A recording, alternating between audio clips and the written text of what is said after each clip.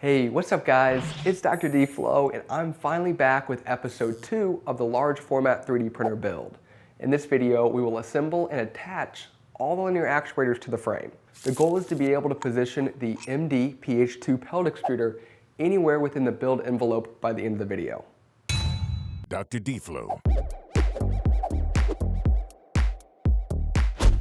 Let's get started by continuing our conversation on linear actuators from the first video. This is one of the 7 1500 millimeter linear actuators that will be used to achieve 3D motion of the pellet extruder.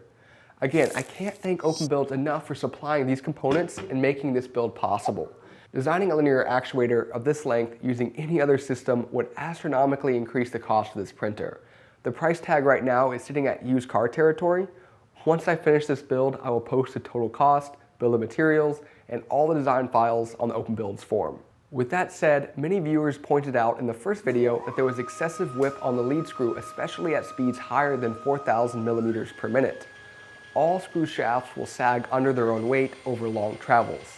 At high speeds, this sagging can make the screw look like jump rope. The whipping motion itself does not result in a loss of positional accuracy, but it does cause the actuator to vibrate, which if high enough could affect print quality. Further, at some RPM, known as the critical speed, the lead screw will whip so bad that it will eventually destroy itself. The maximum operational speed of your linear actuator should be about 80% of that critical speed. In the first video, I had said that the maximum speed of the system was 8,000 millimeters per minute. This was purely based on how fast the motor can rotate and how far the carriage moves per rotation of the lead screw. If we look on the OpenBuilds website, it says the maximum speed of the actuator is 5,000 millimeters per minute. This discrepancy is because of that critical speed. We can use an online calculator such as this one from Nook Industries to calculate critical speed. There are only a couple inputs. The root diameter of this 8 millimeter lead screw is its smallest cross-sectional diameter, which is 6 millimeters. The length is of course 1500 millimeters. We will talk about infixity in a second, but if I increase the root diameter or decrease the length, the maximum RPM increases. You should always minimize lead screw length, but if that's not possible, then seemingly the only other option is to increase the diameter of the lead screw in order to obtain a higher critical speed. The problem with increasing the diameter is that larger lead screws are much harder to accelerate. The inertia of the screw is related to the fourth power of the screw's radius. This means that even a small increase in the diameter of the screw will drastically affect the acceleration performance of the actuator. 3D printing is all about acceleration because the process of printing the infill constantly has the extruder switching direction. So not only would you have to purchase a larger diameter screw, but you would also need larger motors. Chasing RPM, especially for a project like this one, would be a slippery and costly slope. So to achieve an RPM greater than 116, which would be less than 1,000 millimeters per minute of motion, OpenBuilds uses thrust bearings on either end of the screw, which counteracts both axial and radial forces. This allows for the screw to be tensioned to keep it from sagging as much. This type of end support would be a D-fixity, which greatly increases our critical speed. If we convert that critical speed, which is an RPM, to the actual distance the carriage moves per minute, we'd get about 5,700 millimeters per minute. Apply that 0.8 safety factor, and we're closer to 4,500 millimeters per minute. So we'll stick around 4,500 to 5,000 millimeters per minute for that max speed of our actuators. This theoretical value lines up pretty nicely with what we saw in the first video, where at 6,000 RPM, the whipping was very much out of control. All this was to say that we are sticking with the 8 millimeter lead screw for all 7 linear actuators. There may be some whip, but the smaller diameter lead screw will provide the best acceleration while still being able to move this behemoth of an extruder along. With the OpenBuilds linear motion system, there is a number of different carriages that you can choose from depending on your application. This build I have selected 2 types. For the X and Y axes, I will be using the extra large C-beam gantry plate in a sandwich configuration. The wheels run on the outside of the C-beam profile, which gives this carriage a wider profile. There are 12 wheels making contact with the C-beam, so you can bet this is going to be rigid. For the Z-axis, I wanted a carriage with a lower profile because a thicker Z-carriage would limit how far the extruder could move before bumping into the Y-axis. On the other hand, I did not want to sacrifice rigidity for a lower profile. So I selected the double wide gantry plate that has 8 wheels which ride on the inside of the C-beam. My future goal for this machine is to have it print serious performance plastics such as PEEK and PEI. This will require active chamber heating with temperatures greater than 120 degrees Celsius. There are a lot of elements in my current design that will just outright melt at this temperature, so there'll need to be some modifications after this first iteration of the build. But I can make a couple small design changes to the linear actuators to make them operable at these higher chamber temperatures. During my SLS 3D printer build, I observed that Sintertech used Teflon V-wheels to move the powder spreader and beds in a chamber that reached temperatures higher than 150 C. Teflon is an incredible plastic. It has a temperature service window as high as 280 C. You probably exploit Teflon's favorable temperature properties every day because it is the coating used for nonstick pans. I was able to get my hands on some V-wheels that are made out of Teflon. These wheels also have a PEEK component to make them stronger. The neon blue color is not exactly the vibe I was going for with this build, but what can you do? Oddly, the stock V-wheels used bearings with rubber seals, which are only good for about 110 C. I swapped those bearings out for those that use metal shields. These bearings are now good for up to 250 C, which means we truly have a high temperature capable wheel. The other plastic component that needs to be swapped out on the stock actuator for high temperature use is the Delrin nut block. The nut block is what translates the rotational motion of the lead screw to linear motion on the carriage. Delrin is a great material, but it's only good for about 120 C before it starts to soften. This is right on the border for where I eventually want the chamber temperature to be. At the time, I thought surely there has to be an off-the-shelf Teflon nut block that I can buy. Teflon has great sliding and wear properties, which to me sounds like the perfect properties for a nut block. But I was unable to find such a product. Teflon is an expensive material, so I'm hoping that is the reason that Teflon nut blocks are not available and not some other limitation because I decided to machine 14 blocks. Teflon is super slippery. Remember, non-stick? I created some aluminum soft jaws so that I was able to hold on to them, but also quickly produce several of them at one time without losing any accuracy or reproducibility.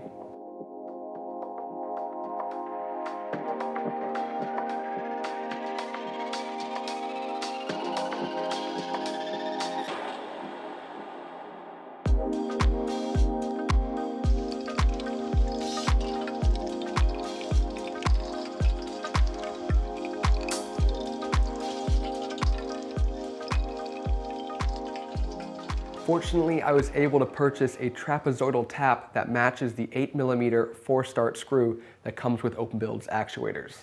The fit on the lead screw is snug, but the motion is smooth. I'm pretty excited with how these turned out.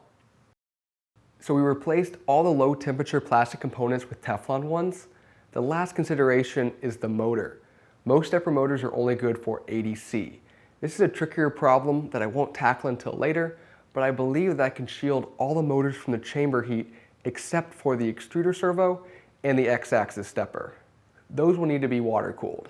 Definitely subscribe if you want to see water cooling of stepper motors. Anyways, I just think it's interesting that for maybe $15, $20, I was able to take an already cost-effective linear actuator and modify it for high temperature performance. Such a modification is impossible with linear rails. High temperature linear rails are very expensive because the wipers that keep the debris out of the ball bearings needs to be created from a special rubber, and these models are not widely available. I did run into one small problem though. The low profile Z-axis carriages use a mini V-wheel, which OpenBuilds calls the extreme V-wheel. A Teflon version of this wheel does not exist, and I do not have a lathe to create my own. OpenBuilds does sell a polycarbonate version of this wheel, which should maintain its shape and mechanical properties up to about 140 C. This should be sufficient. So I went ahead and laid out all of the components to create 7 carriages, and there's one more problem. I somehow lost a pack of 4 wheels, and for the life of me, I cannot find it. So this Z carriage on the end here is only gonna have 4 wheels for now. I ordered some more and will add those after this video. You'll see that I've milled some custom carriage plates. I'm going to talk about those after we assemble all the linear actuators.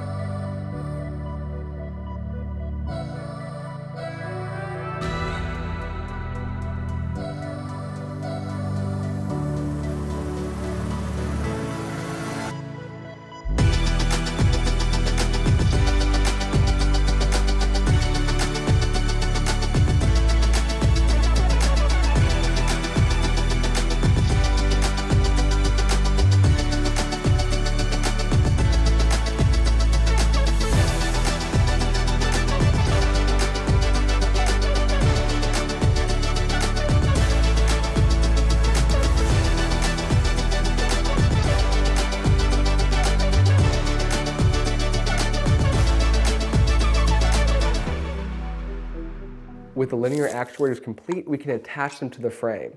But before we do that, I just want to draw you guys' attention again to how big this thing is. Not only is it big, but it's also going to be heavy. I started to think, how am I going to get this thing out of my garage? So before it gets any heavier, I went ahead and installed a couple extra layers of C-beam so that I can stick a forklift or a pallet jack underneath the entire printer to move it out of the garage to the shop when I'm all done with it.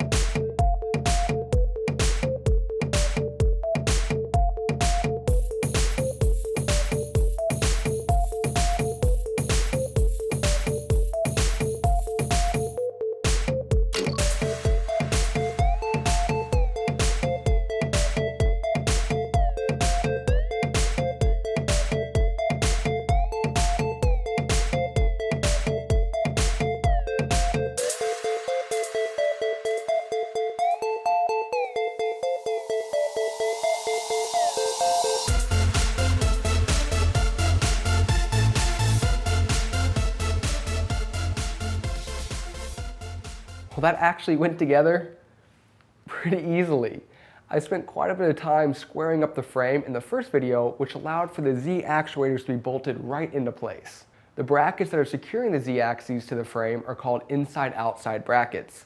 It's a relatively new product that is great for internal or external right angle connections when working with 2020 extrusion. You can pick these up from the OpenBuilds part store. Determining a mounting solution for the Y actuators was a bit tricky. Perhaps you would suggest using more right angle brackets to make the connection between the Z and Y actuators. But as I talked about in the first video, my biggest concern is being able to level the gantry and the bed. A millimeter difference between the corners of the bed from the perspective of the extruder would result in a print failure. For this reason, I want to have as many knobs as possible to turn during the bed leveling process. One knob is the 25-point bed leveling system configured in the first video. The second knob will be quad gantry leveling. If you're not familiar with this process, then definitely check out my Voron build video. But briefly, each Z-axis will be independently driven during the bed leveling process, allowing the microcontroller to adjust the height of each actuator based on input from a bed probe. If the left side of the bed is higher than the right, then the left linear actuators will move up, angling the gantry in that direction. Knob 3 will be good old mesh leveling. There's a chance that knob 2 and 3 will be enough to level everything. If that's the case, then I will tighten the springs underneath the bed all the way down to act as rigid standoffs. The problem with quad gantry leveling is that the process can introduce a lot of stress in the joints if significant adjustments are required. With Voron 2.4, the joints are made out of plastic, which are pliable and can conform to the final position. Even if I wasn't planning on heating the chamber of this printer, a plastic right angle connection between the Y and Z actuators is not going to cut it due to the gantry weight. I posed this problem on my YouTube community page, and there were quite a few helpful responses. The solution that stood out to me was to incorporate radial spherical bearings at the right angle connections. This will allow each end of the two Y actuators to change their angle with respect to the Z axis during the leveling process, relieving any kind of stress that would otherwise build up. We're concerned about the gantry's parallelism to the bed, not necessarily if it's at a perfect right angle with the Z axis. These spherical bearings are gaining a lot of popularity for gantry and bed leveling. There is now a mod for the Voron 2.4 to use spherical bearings at the Z connections, and they're used on the stock Voron Trident 3D printer. I went with 4 GE 12C bearings that have an ID of 12 millimeters and an OD of 22 millimeters. To make this work, I had to machine two components: a right angle bracket that attaches to the Z carriage, and a block that retains the spherical bearing and mounts to the C-beam of the Y-axis. The right angle bracket has a protruding lip that the spherical portion of the bearing rests on. If there was no space between the top of the right angle bracket and this bottom face of the block, then we wouldn't be able to have any movement. This M10 bolt runs through the bracket and bearing before threading into the opposite end of the bearing block. The clearance hole and the bearing ID the bolt runs through is 2 millimeters oversized. This allows for a couple degrees of motion, but nothing crazy. If the gantry requires more than this amount of adjustment, then there's probably a larger problem that needs to be addressed. After leveling, whichever angle this joint comes to rest at is going to be the one where it's experiencing the least amount of stress. For the connection between the pair of Y actuators and the X actuator, I wanted a simple but strong joint. I'm worried about the weight of the pellet extruder causing the C-beam to sag in the middle. So I don't want any nonsense going on at either end of the X-axis that could make this problem worse. So I created a custom Y-axis carriage, which is basically just the fusion between a normal XL carriage and a C-beam end plate. This design allows for a seamless connection between the Y and X axes.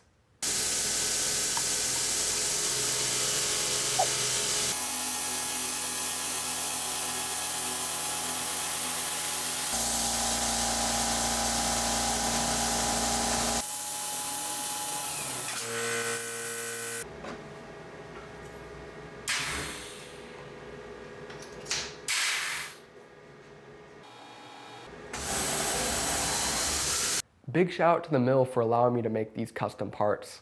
If you're new to the channel and these milling montages catch your attention, then definitely check out my CNC mill conversion series where I take this mill, which was once a manual machine, and turn it into a full-fledged computer-controlled vertical milling center. I'm working on a video where I finally enclose the mill and add flood coolant. Adding my logo is 90% for looks, but it also plays a small role in lightweighting of the part.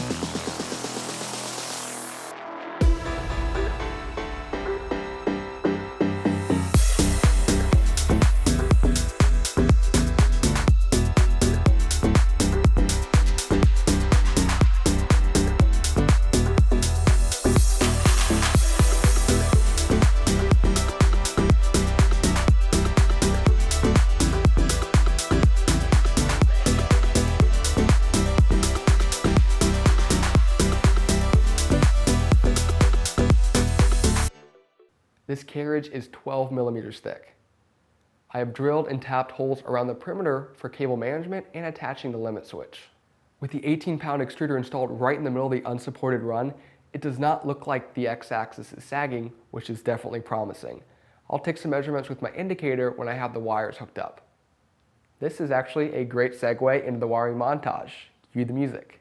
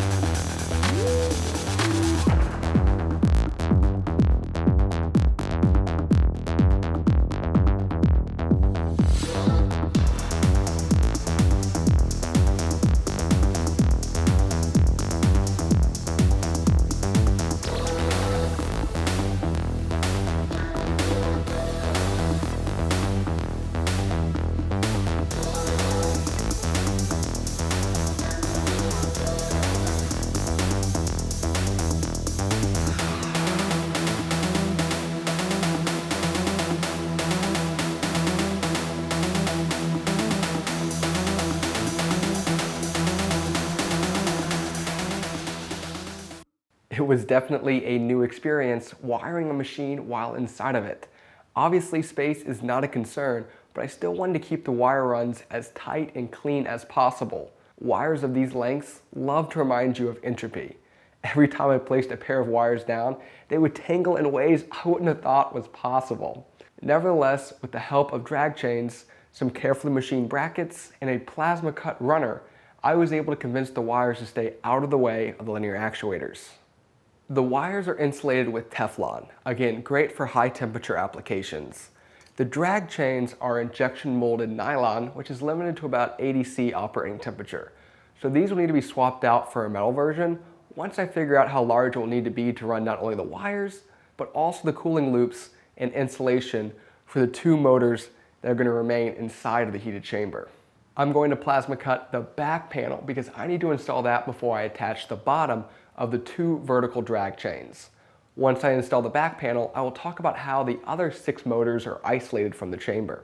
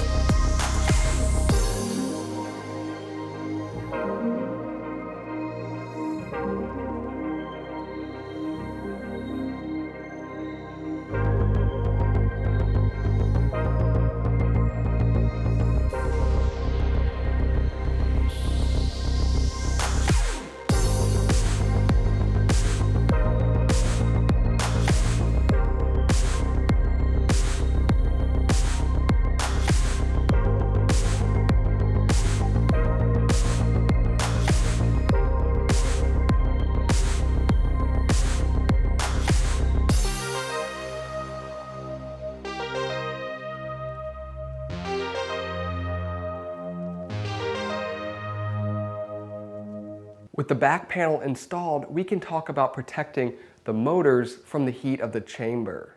As you can see, the Y-axis motors run outside of the chamber through those slots in the back panel. My plan is to use some sort of heat deflecting bellows that move along with the Y-axis. Protecting the 4 Z-axis motors was much easier because they're already outside of the chamber, they're stationary. All I'm going to need here is just a couple panels to prevent the heat from rising up out of the chamber and affecting their performance. Speaking of heat, my 6,000 watt Kinovo bed heater arrived today.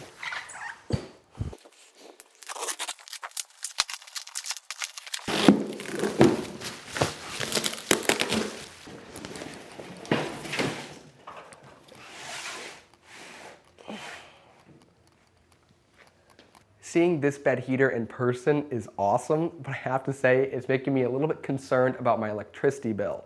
I'm going to need to add more plasma cut panels to the sides, as well as some insulation, just to keep all that heat in here. Obviously, I don't want to heat my entire garage to the temperature of an oven. I have connected just the motor wires to the Duet 3 to test the movement of the actuators. My original plan was to go over all the electrical components in this video, but I have a bad habit of purchasing cabinets like this one that are way too small to fit all the electrical components, mostly just as an attempt to save money. As you're probably aware of, cost of common electrical and mechanical supplies have doubled in the last year. So if you want to support this project, then consider using my OpenBuilds affiliate link in the description below to get yourself an awesome CNC machine. Any monetary kickbacks will go directly into funding this project, I promise. In part 3 of this build, when my new cabinet arrives, we will finish up the wiring of the switches, probes, and other electrical components. For now, the trusty cardboard box method will suffice. I'm connected to the Duet controller board with my computer, and I can jog the axes.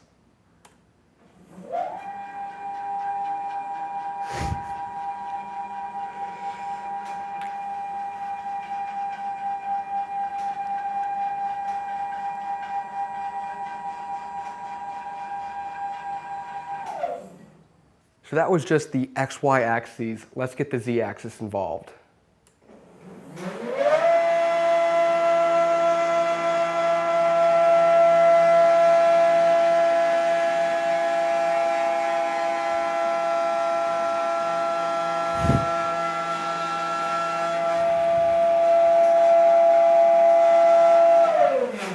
That motion is effortless.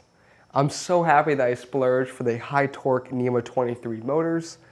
It was a little bit loud when the Z-axis was involved, but I think that's mostly from the vibrations causing the build plate assembly to move and rattle around that has actually not been attached mechanically to the frame. So it should be a little bit quieter once that's bolted down, but also you only move the Z-axis every so often during the printing process. So I think from a decibel level, this is going to be very manageable. So it looks like I fulfilled my promise of getting the pellet extruder moving in this video. And with that, I'm going to catch you guys in part 3.